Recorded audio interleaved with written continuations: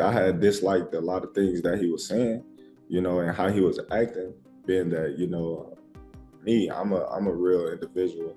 I just felt like, we was all cool at one point in time.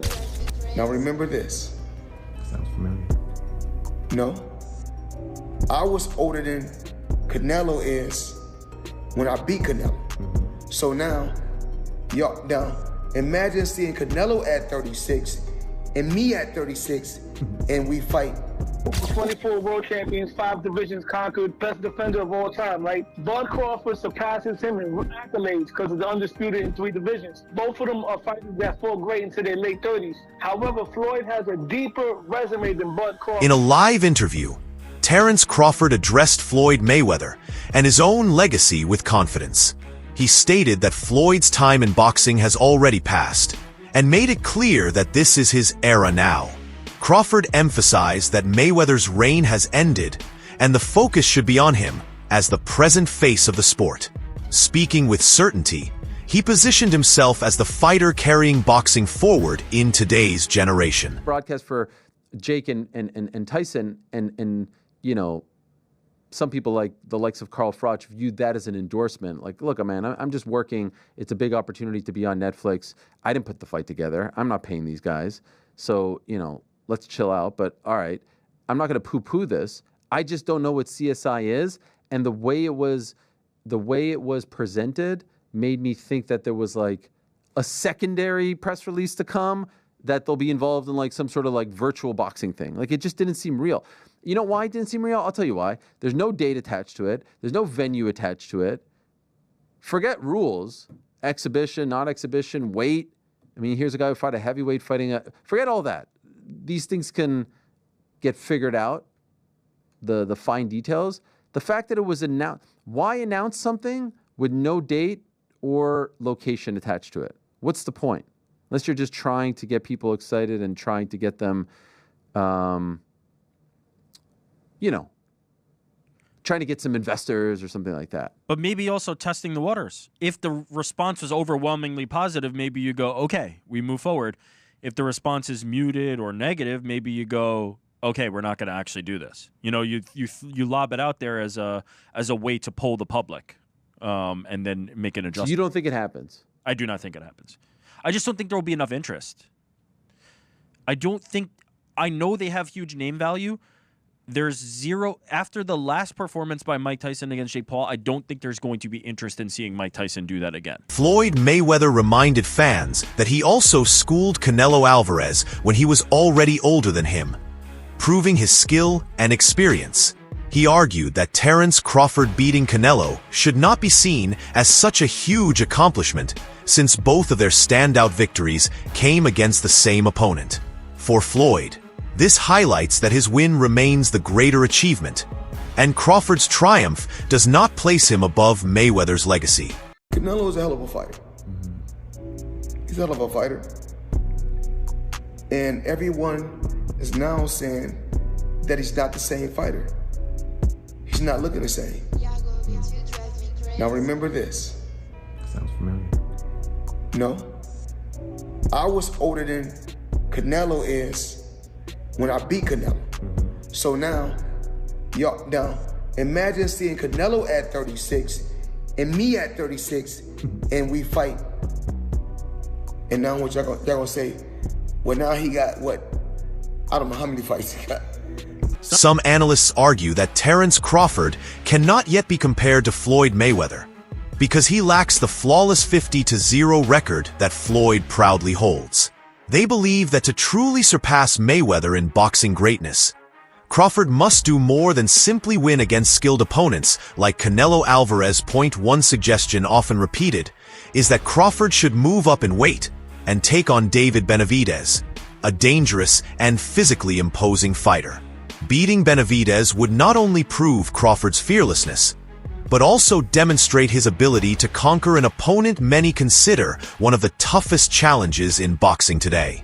Without such a victory, some experts insist Crawford will never be remembered on the same level as Mayweather, despite his current achievements. You look at Floyd's record, right? Floyd's legacy is 50-0, 24 world champions, 5 divisions conquered, best defender of all time, right? Bud Crawford surpasses him in accolades because of the undisputed in 3 divisions. Both of them are fighters that fought great into their late 30s. However, Floyd has a deeper resume than Bud Crawford, but both of their best wins are Canelo Alvarez. Canelo was a younger, greener Canelo when Floyd beat him. Bud beat an older, slower, but more seasoned Canelo. Now, Bud's not going to surpass Floyd because of the record. He's not going to make 50-0. Bud has to separate himself. What he has to do is do something that Floyd didn't do. Take on the challenges that people are scared for you to take. Just that's what separates Leonard and Durant from the rest. If Bud Crawford beats David Benavidez, he will surpass Floyd Mayweather as far as on the all-time list. As of right now, if Bud Crawford retires, I would have him somewhere around the top 5, top 7. Trainer Robert Garcia has a different perspective.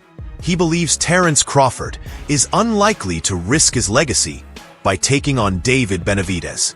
According to Garcia, Crawford is an intelligent fighter who knows how to secure his place in history without putting himself in unnecessary danger. Benavidez represents a huge size advantage and poses a serious threat that could potentially end Crawford's unbeaten streak. For Garcia, the risk outweighs the reward since Crawford already has an incredible resume and does not need to prove himself by fighting someone outside his natural division. This stance highlights the ongoing debate between taking legacy-defining risks versus preserving a nearly perfect career. There's no way. Crawford just got the biggest win in his career and one of the biggest wins in history. He doesn't need to go out there and risk. But it is too big, too strong. We don't want to see a champion do so much and accomplish so much and then end his career with a bad choice, a bad fight that he shouldn't take. I wouldn't do it. Jeff Mayweather, Floyd's uncle, shared his view that while Terence Crawford clearly outboxed Canelo Alvarez, it should not be seen as the ultimate measuring stick. He pointed out that Canelo was not the same fighter he once was, noting that Alvarez did not land his punches with the sharpness or power he used to. Jeff explained that before this fight, many doubted Crawford and criticized his level of competition. But even after defeating Canelo, some still downplay his achievement. According to Jeff, the victory was impressive but should be measured with context. Canelo was not at his absolute prime, and thus the win does not automatically elevate Crawford beyond all criticism. Canelo knocks him out in the first half of the fight because he couldn't handle the power. And obviously that proved not to be, or to be the case, that Crawford could definitely handle the power. Were you surprised that, it didn't look like, maybe once or twice it looked like maybe Crawford felt it, but never in any kind of real trouble? Yeah, I don't think that Canelo really hit him. I mean, he hit him a couple times clean, but Crawford, Crawford's a big guy too. Crawford took it like it was nothing. And he hit Canelo a few times. And Canelo took it as well. So basically, at the end of the day, they both took decent shots from each other, but Crawford just didn't get hit as much as Canelo did. Do you think that was a case of you can't Canelo's a guy that's not out there throwing huge combinations. That he's more of a punch at a time kind of guy. Yeah. And that's not going to work against someone as slick and talented as Bud Crawford. Yeah, I agree. Basically, Canelo was looking for just one big shot, trying to land a big shot on Crawford, but Crawford wasn't having it. And Crawford at times would say, I guess he would say to himself, I need to,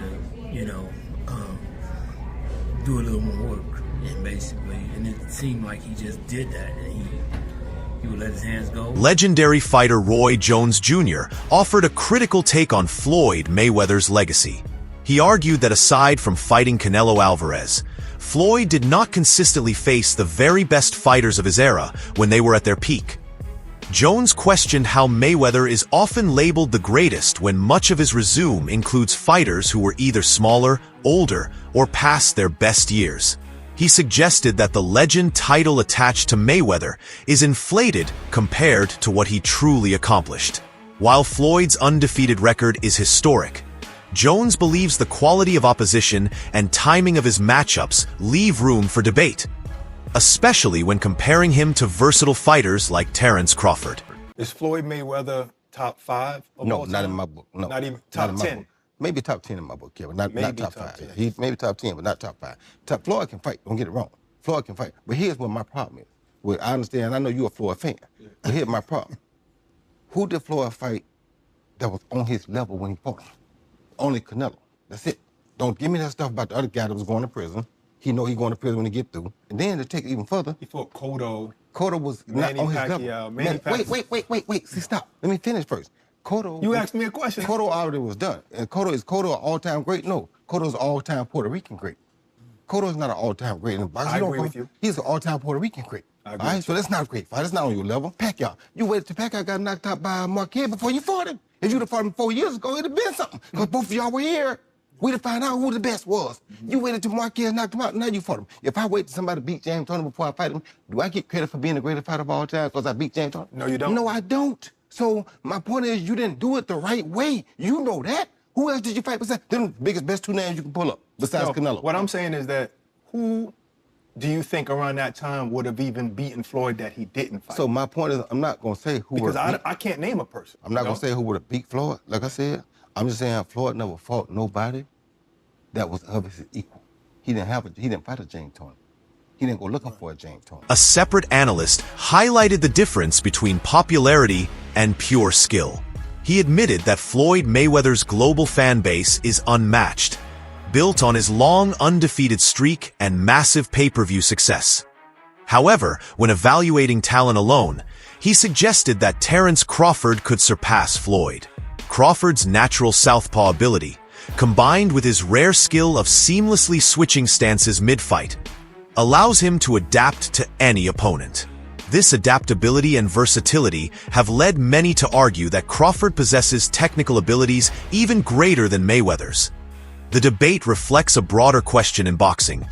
Should greatness be measured by global fame and numbers, or by raw skill and adaptability in the ring?